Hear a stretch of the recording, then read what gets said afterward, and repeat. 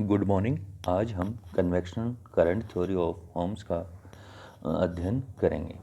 Arthur Holmes ने अपने सवहन तरंग सिद्धांत का प्रतिपादन 1928-29 में भूपटल की आकृतियों की उत्पत्ति की समस्या के निराकरण के लिए किया। उन्होंने पृथ्वी की आंतरिक संरचना को दो मंडलों में विभक्त किया। ऊपरी मंडल को क्रस्ट तथा निचले मंडल को अधस्तर नाम दिया।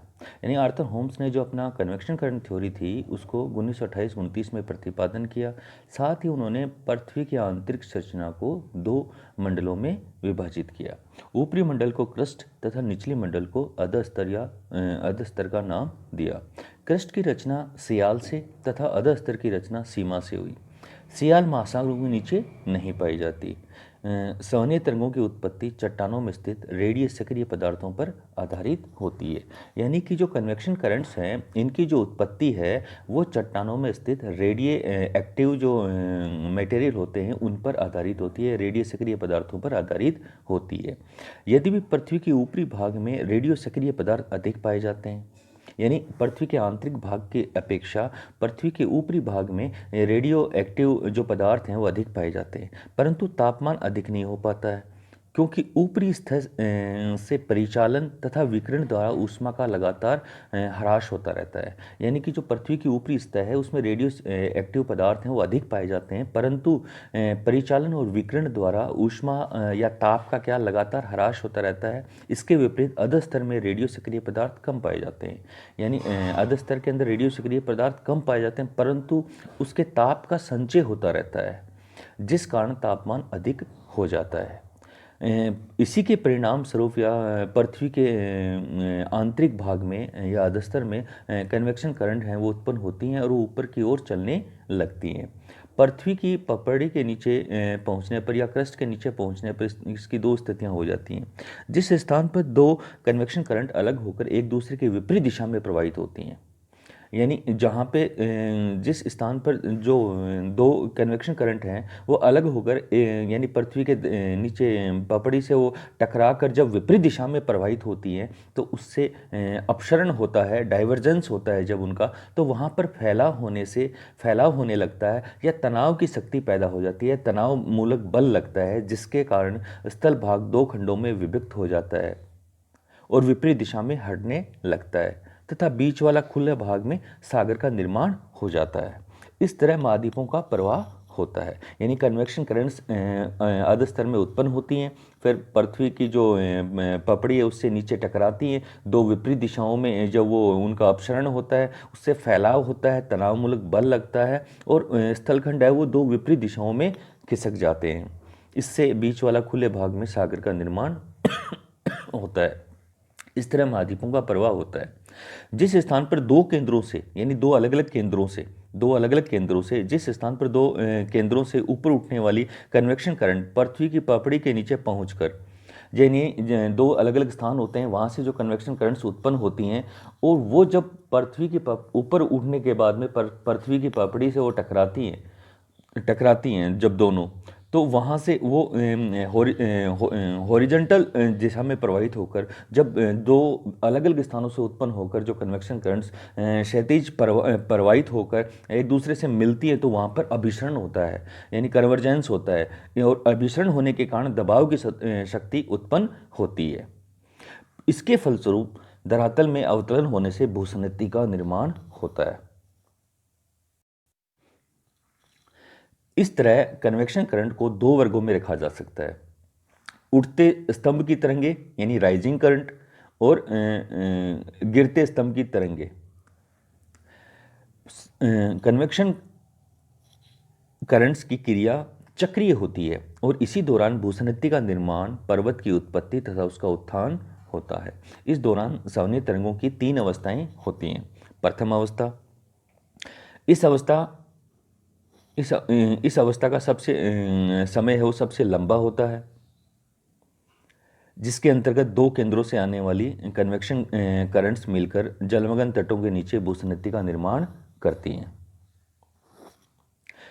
इस अवस्था में तरंगे क्रमशः वेगवती या तीव्र होती है। यानी इस जो प्रथम अवस्था है कन्वेक्शन करंट के विकास का, उसमें वो उसका समय वो सबसे लंबा होता है, यानी सबसे अधिक लंबे समय के लिए होती है। और इस अवस्था के अंदर तरंगें हैं वो क्रमशः उनकी जो गति है या वो तीव्र होती जाती है। भूसरिति में तलछटीय जमाव होता रहता है और इसी के साथ जो भूसरिति बनती है उसमें तलछटीय अवसादों का जमाव होता रहता है। और इस अवसादों के जमाव के कारण ही भूसरिति की जो तली है वो निरंतर धंसती जाती है।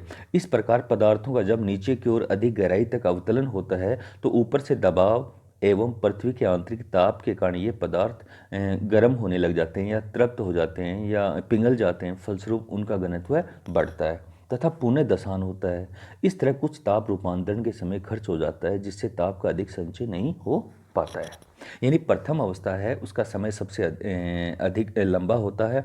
इसके अंतर्गत दो जो अलग अलग केंद्रों से आने वाली सावनीय तरंगें जब मिलती हैं जलमग्न तटों के नीचे तो उससे भूसरिति का उससे जो अभिसरण जब होता है उनका तो दबाव की शक्ति उत्पन्न होती है और उससे भूसरिति का निर्माण होता है। इस अवस्था में तरंगें हैं वो क्रमशः वेगवती होती हैं। भूसरिति में अवसादों का जमाव होता है। अवसादों के जमाव या उसके भार के कारण भूसरिति की तली में निरंतर धसाव होता है। और इस तरह पदार्थ जब नीचे चले जाते हैं तो अधिक गहराई और अवतलन होता है तो वहाँ पे दाब और पृथ्वी के आंतरिक ताप के कारण ये पदार्थ पिघल जाते हैं। इसके परिणाम स्वरूप उसका घनत्व बढ़ जाता है, पुनः दशान होता है। इस तरह कुछ ताप जो है वो रूपांतरण में या चट्टानों के पिघलाव में खर्च हो जाता है। द्वितीय अवस्था, सावनीय तरंगों की गति अत्यधिक तीव्र हो जाती है। यानी दूसरी जो अवस्था होती है द्वितीय अवस्था होती है उसमें कन्वेक्शन जो करंट होती है उनकी गति है वो अत्यधिक तीव्र हो जाती है। परंतु इस जो जो दूसरी द्वितीय अवस्था है इसका समय बहुत कम रहता है। प्रथम अवस्था का समय सबसे लंबा होता है लेकिन द्वितीय अवस्था का समय बहुत अवस्था का कम समय तक ही रहती है। इस अवस्था में तरंगों में के सर्वाधिक तीव्र होने का एकमात्र कारण गिरते स्तंभ में शीतल पदार्थों का अवतलन है। यानी इस जो दूसरी अवस्था है या द्वितीय अवस्था है उसमें जो कन्वेक्शन करंट्स होती हैं उनकी गति सबसे अधिक होती है जिसका मुख्य कारण है गिरते स्तंभ में शीतल पदार्थों का अवतलन तथा उड़ते स्तंभ में तृप्त पदार्थों का प्रवाहित होना है। महाद्वीपों तथा महासागरों की ओर से आने वाली तरंगें तीव्र गति से मिलकर नीचे मुड़ती हैं जिससे भूसरिति के मलबे पर क्षैतिज संपीड़न पड़ता है। फलस्वरूप भूसरिति का मलबा दबाव के कारण वलित हो जाता है और पर्वत निर्माण प्रारंभ हो जाता है। यानी जो दूसरी अवस्था है उसके अंदर पर्वत निर्माण होता है और वो कैसे होता है कि सावनीय तरंगों की गति अत्यधिक तीव्र हो जाती है।